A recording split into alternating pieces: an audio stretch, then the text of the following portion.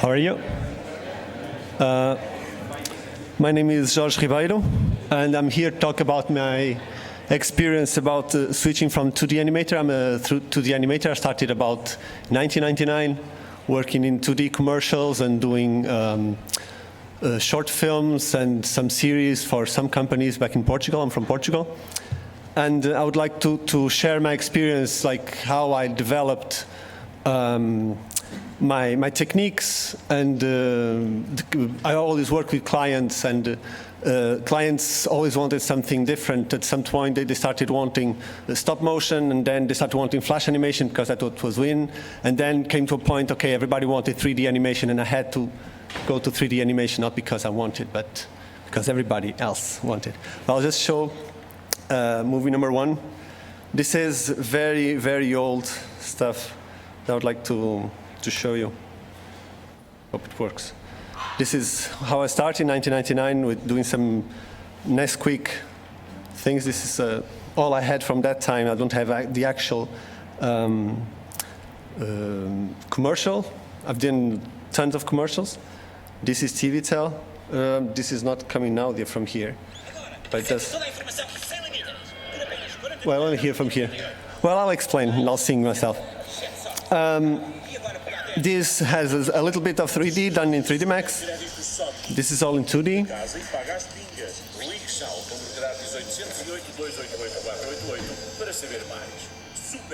There you go. And this is a thing that started, this was initially a commercial and for a big supermarket chain back in Portugal. And it turned out to become a TV series, which is this,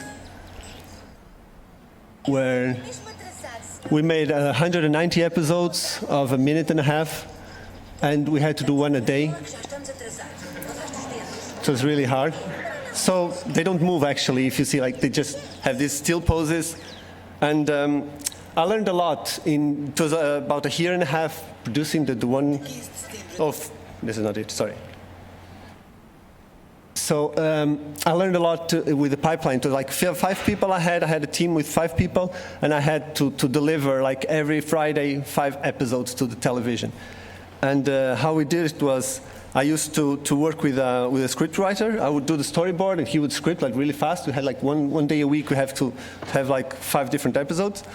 Then he would print everything he wrote, to paste it and cut it, and paste it under the storyboard, so that we could use this. This was what the storyboard would look like, and we could use those little squares.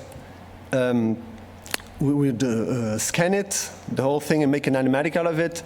And those little squares would be on screen where it says blah blah blah. They would be on screen where the actors were talking and the lines, and the time that line was on screen was the exact amount of time that they had to speak, because the shorts were so small and they had lots of things to say, so they had to deliver the line in that time. Then we would work like the hell out of us, like we had to draw a lot. There are 3 of us animating, and at the same time I was doing the background drawing as well. Then we had to scan like tons and tons and tons of paper. I still have back in the company all this paper. I don't have the guts to throw it out, and I have nothing to do with it. I will throw it out one someday. In digital ink and paint, back then we would scan the drawings, then digital ink and paint. Then we would make the lip sync. The characters were drawn without the mouths. We would put mouths off. So to be one artist would do the animation, and another one completely different would do the lip sync. Sometimes the mouths are off. It was very strange. It was a long time ago. And compositing, we used to use Cintiq. It was a program that people were using a lot in Portugal back then. And then final mix and edit. It was done, I can't remember the name of the program, but it would put everything together, and then we would broadcast. So this was the pipeline that we made, and now I'm directing right now a TV series in Blender, and I'm using a little bit of this pipeline, especially in the part of the story and stuff that I learned from here to my new production. I'll show you now movie number 2. Like this was 2005, and from here on, I had to switch styles over and over again. That's what this compilation is about. And people ask for stop motion.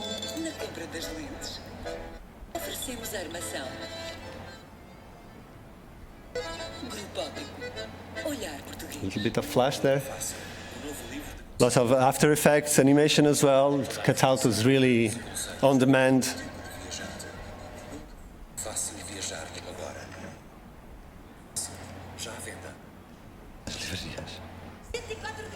And flash animation as well.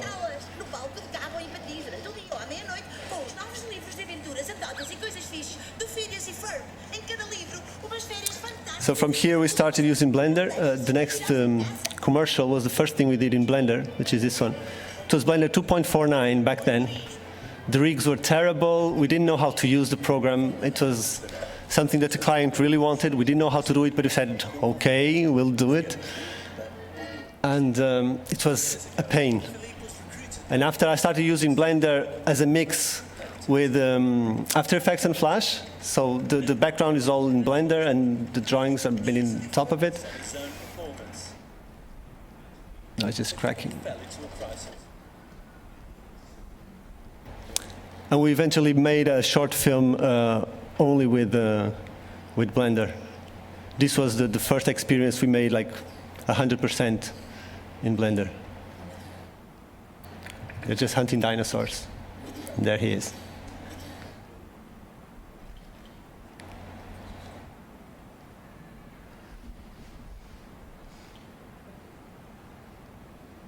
And I'll just put the mic here after that. Well, after this, we got. I had to say that the Blender was a natural choice. Like, why did we choose Blender? Before working with in the commercial that I just showed you, the one with the garbage, we had some experiences with Maya and some experiences with 3D Max because everybody was using it, but not in a character animation point of view. People were using it as how do you say, graphic standpoints, and they were doing graphic things. So every time somebody wanted me to help them with some 3D animation with my 2D skills, I would get frustrated because the character would never do what I wanted. And I was teaching animation back then, and one of my students showed me Blender. And as hard as it seemed in the beginning, every time I wanted to do something, like for instance, like put a foot on the ground and hold it, like make a keyframe, and then 5 frames afterwards I would move that foot and the foot would stay on the same place. Things seem logical in Blender and not as much in the other programs. I don't know why. So we just keep with this choice. And I got hired in this company called Incisum. That's where I'm working right now. It's a 3D virtual reality a company. They work with Cinema 4D, with 3D Max, with View, and with a series of programs. And I was brought in to deliver a TV series. And what I've done first of all, I didn't want to tell people, oh, we'll use Blender just because. I wanted people to show me what the other programs could do. And every time people would show me how their workflow was, and nobody had big experience in character animation, let's be real. I wasn't very impressed about it. And when we showed the results to the team, everybody was kind of laughing at the beginning, like, yeah, we're going to use Blender. Like, what's the point of using if you have a program that's paid, it's definitely better than a program that's free. And I was trying to prove them otherwise. It's kind of difficult, you know, when you get in an environment where everybody is working in one program and you try, oh, just try this one. It's a free one. Oh, that's for hobbyists. It's very hard to tell them otherwise. But well, we did start doing some how do you say, some tests.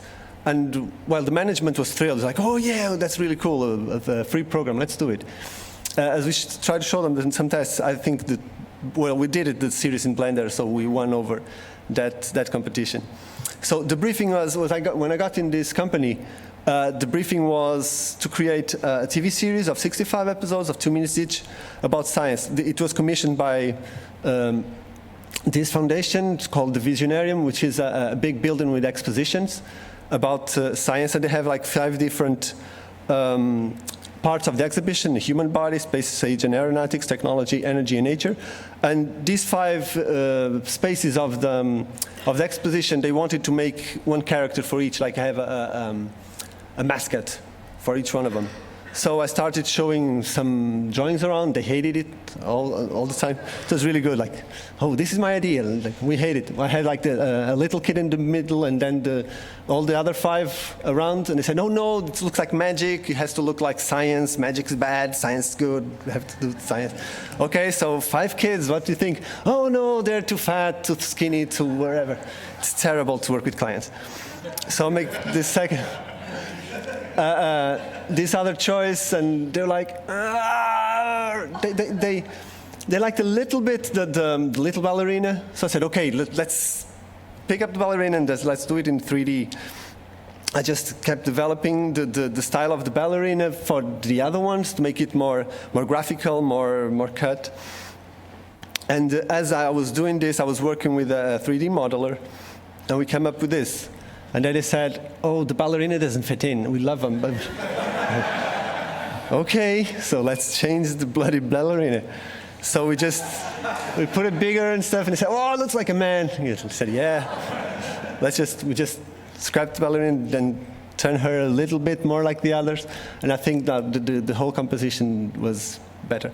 The good thing was, this was all done in Blender, and each character takes max a day to model. It's a very, very fast working environment, and I was really pleased to show that company of non-believers, the power of an open source program that has a different way of thinking when you're working with it, but once you start working with it, it's really, really fast. So this was the first image we actually showed clients. 2 of the characters are not rigged. I'm not sure if you can tell which one. They're like this. So we made a series called the Vis Kids. I'm going to show you one episode just to show what I'm talking about. Well, I would need a little bit of sound to this, so I'll just put the microphone in here. Wait, if it works.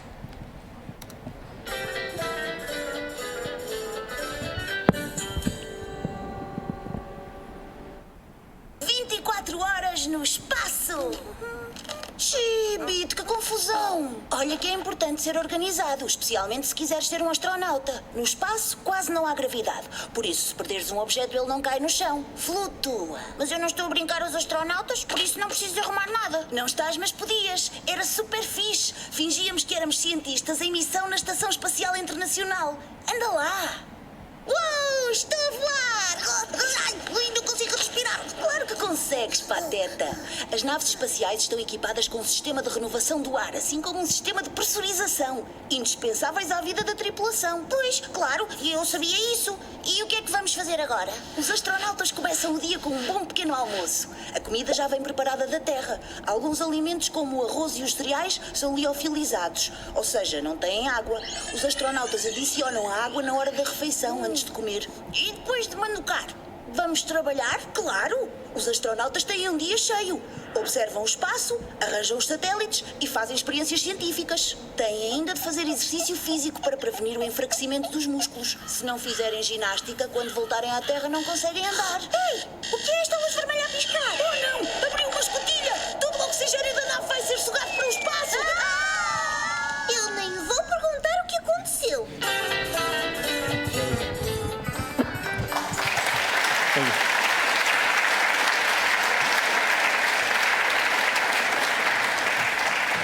Thank you. So this was the Vis Kids. As you've seen, like every episode has a part where they're talking in their own environment and a part where they're explaining things. And the explanations normally are done in cycles. They're rendered in cycles because it's more real, and they all wanted, the client wanted something really realistic and that fills the eye. But the rest of the episode, we couldn't afford to have it all in cycles because it's just too slow. So we're doing everything in Blender Render. I think Blender Render is actually behaving really well. So for the set development, they have 3 different places where they are in every episode. So in the house where we've seen them, in the gardens, which are the gardens of the Visionarium, and then the lab which is laboratory as well of the Visionarium. This is all about advertising kids to go and visit the Visionarium. I've started doing some drawings to work with the modelers. I wanted the outside to the kids to climb on trees, so trees were designed for the kids to sit on them and climb them as well and be sitting there. Then the modelers would send me their modeled models, and I would just write over on, because normally when people are modeling, which is something strange, I'm working with a team with very, very little experience. Everything tends to be bulky, especially when it turns subsurface on. Subdivision surface, you turn it on and everything is very round and bulky. So I was just trying to tell them to chisel the things, like just straight against curves and just make straight lines and chisel the trees and just straighten everything. So this is one of the first renders of the thing. We're using ZMap. I'm not sure, like, if anybody knows how to make a decent ZMap out of Blender. We can't, because normally ZMap always come with steps and with very pixelized. So if anybody knows, just tell me in the end. Thank you. We're still looking. The mist pass instead of the ZMap? But it does work? Okay, I'm going to try mist path. Then we develop the lab until it turned this, which is really good. I found it was nice. And the attic. Tons of designs so that we get to the results we wanted. And here's another time a zoom depth experience, but the edges are all weird, and we couldn't do this look in the series. Then we made rigging. I'd like to show you very fast. The rigging is something very, very simple, and all the animators are always complaining about the rigging all the time. This is a modified version of the red nelp, which is a character that works really, really well.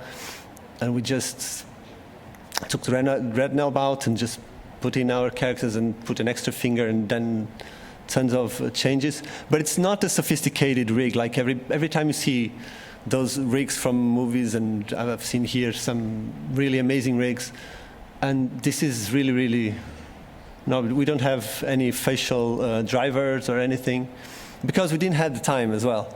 We were doing this on a very tight schedule. So it gets the job done, the lip sync with just sliding the morph targets. Goes and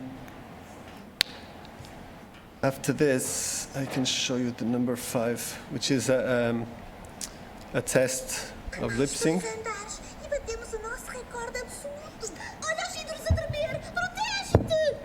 Estou a cantar. Agradeço a estas plantinhas o grande percento de oxigênio sem o qual não podíamos viver. Ora, porque para além do oxigênio, as plantas produzem matéria orgânica que é a base da alimentação de todos os animais. She has mouths to talk fat, talk happy, in big mouth, and every single one is morph targeted. Well, next time we do a movie, we'll do it better. We promise. This is not very. Then we made the animatics. This is a part where I learned from the series made back in 2005. So we're still working on the same way. We make animatics, now not on paper, do it directly on the Cintiq. And the voices, they work over this. Era super fixe. Arranjávamos uns fatos e fingíamos que estávamos na Estação Espacial Internacional. Anda lá. Uau, estou a voar! Ai, não consigo respirar. Claro que consegues, pateta. This is all done in Flash. Com um sistema de renovação do ar, assim como um sistema de And they talk a lot. Indispensáveis à vida da tripulação. Pois, claro, e eu sabia isso. E o que é que vamos fazer? And then this also works as a medium for the animators to know how the animation is going to be.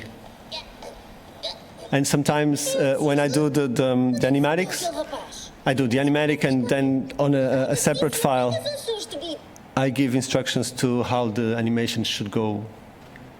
And this one, I thought I had it, but I don't have actually the final animation. I'm really sorry about that, because it still looks kind of funny. And then I'm going to show you the light solution we got to render things fast, which is with the camera, we have 3 lights that are always constrained to the camera. So wherever the light is, the camera is, there's always a light slightly in the front, one slightly in the back to make a record.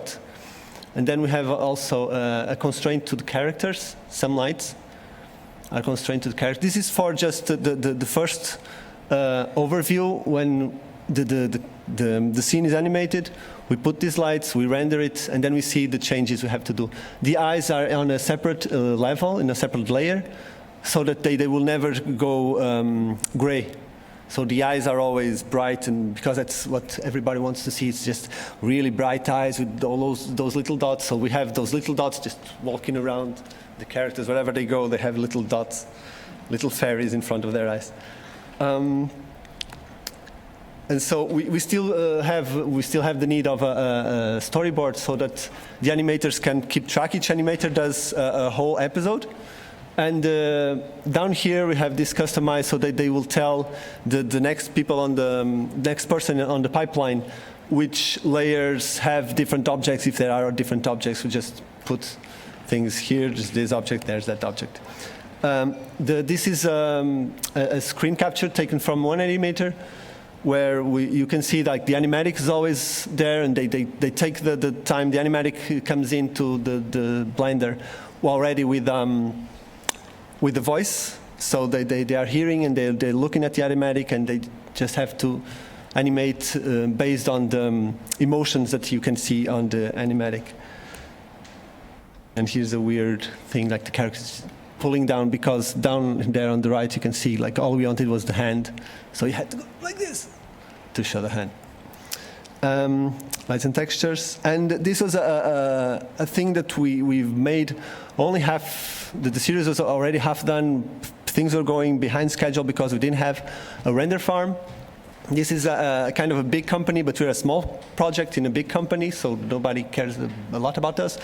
So what we did was we created a render farm based on the network render plugin, and we modified it so that we had the whole company to us when everybody else is asleep.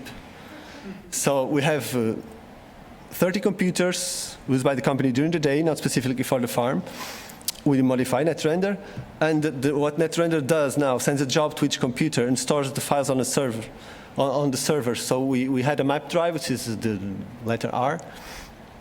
And if the user of the computers gets in the morning and sees this weird window, they just have to close it. And the job, if it's not done, goes back to the job list. So the frame is not lost. It will go again into the thing. And here we can have, first we would need about a week to have an episode rendered, or at least an entire weekend. And here, from one day to the other, we can already have.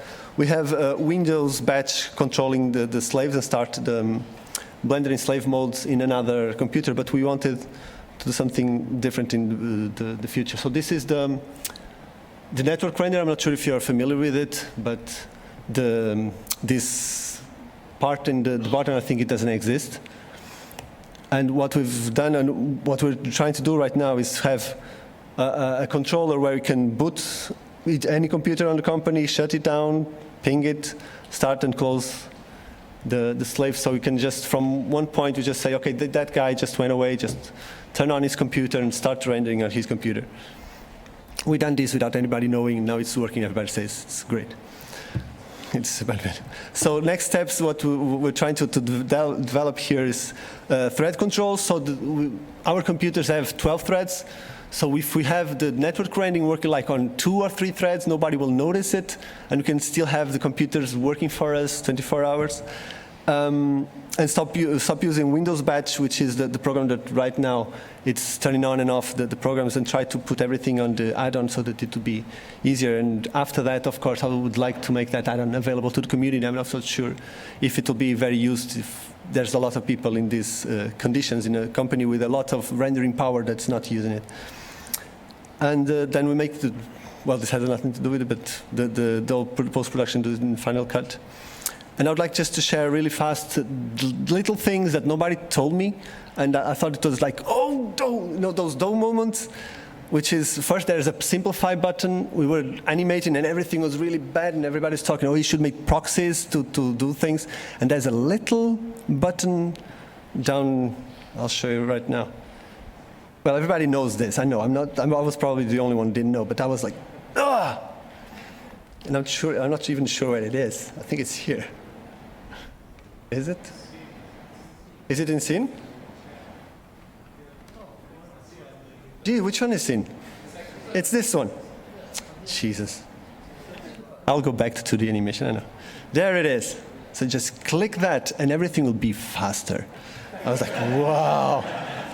You know, after doing like 5 episodes where everything's like collapsing together and you're always trying to shut down layers and not seeing things, when you learn this, it's just wow. And Shift B only renders a selected area. Like when you're rendering and you're like over and over and over again rendering something, you just press Shift B and it magically says, just render that little thing, that's what I want to see. And it renders only that. Another one is, if you close the properties panel, this is a weird one, I'm not sure how we found it, but if you close this before rendering, the renderings are faster. Like in a 5-minute render, this takes a minute out of it. We tried, and I was like, oh no, it can't be, and we just made it there. And I'm not sure why, but it does work. And we have to, okay. And there's a little dot on the numpad. I don't have that dot here, which is on the right. There's whenever, like, when you're working with Blender, let's say in the beginning, really fast, like you're just doing this, and then you eventually put your object on the outside the middle, and you can never, ever go back and rotate it as you want. It's like, ah, where are you going? And after spending months with this, like saying, Blender sucks because look at this, ah! There's a little dot on the numpad that just puts it in the middle and it stays there. So I would love somebody to tell me this. I would be like really happy. So I'm telling you, don't make the same mistakes. So thank you. Thank you.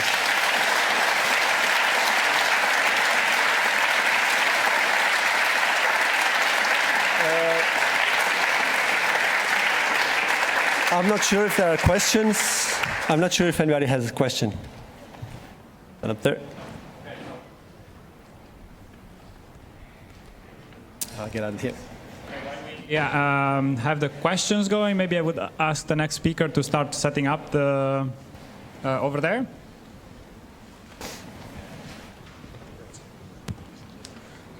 Do you use any kind of tool to track your production, to know if everything is working well, if everything is healthy? We use Google Docs, and we made like, well, I had to do it. I didn't want to, but it was had to do it. An X sheet so that everybody would know on the production in what phase. Sorry. In what phase we were, at what time, and it's shared with all the team. And even we're using the drive from Google as well to share the animatics. So each time an animator say, oh, well, what's next episode? Just go to the Google Drive and it's there. We'll still, one of my next steps will be something like a task manager, because I think it's really important for small tasks like doing a hammer, for instance. Like I'm always doing things and people coming at me, oh, what I have to do next, what I have to do next. It would be great to have like a big panel saying just hammer, and people would click on it and say, I'm on it, and I would know that they would be on it. Another question? Okay, we have to wrap it up. If there are any questions, you can hang out with him yeah, later. sure, I'll be happy. So, thank you very much. Thank you.